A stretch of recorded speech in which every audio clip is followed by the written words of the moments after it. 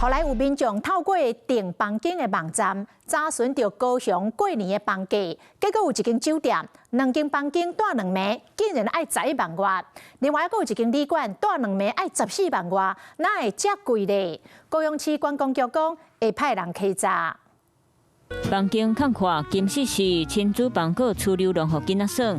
这一间旅馆就伫咧保利附近挖境观光区，去年才打开幕，不过进前订房网站后发现，过年时呀房价2暝竟然要14万外。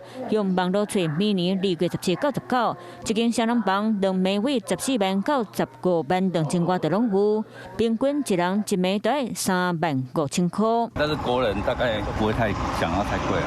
当然是不合理啊，10几万。一晚吗？难怪大家都要出国去。旅馆嘛公告，预先开放后半年房间状况，主要是维持系统正常运作。即马房间介绍只是系统暂时遗失的介绍，若是旅客无细入出门会保留资料，这个介绍可能后会协助调整正确的房价。也不合理啊，对啊，应该一早就应该是。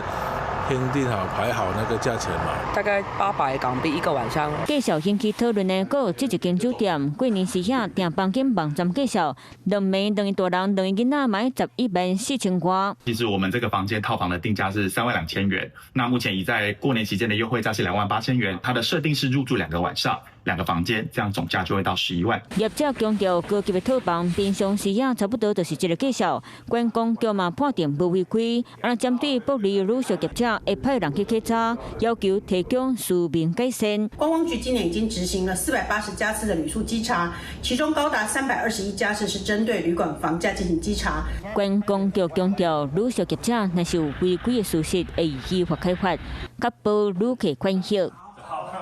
Hello， 我是张新文。想要抢先掌握最及时的新闻资讯吗？赶快订阅、按赞、开启小铃铛，锁定华视新闻 YouTube 频道。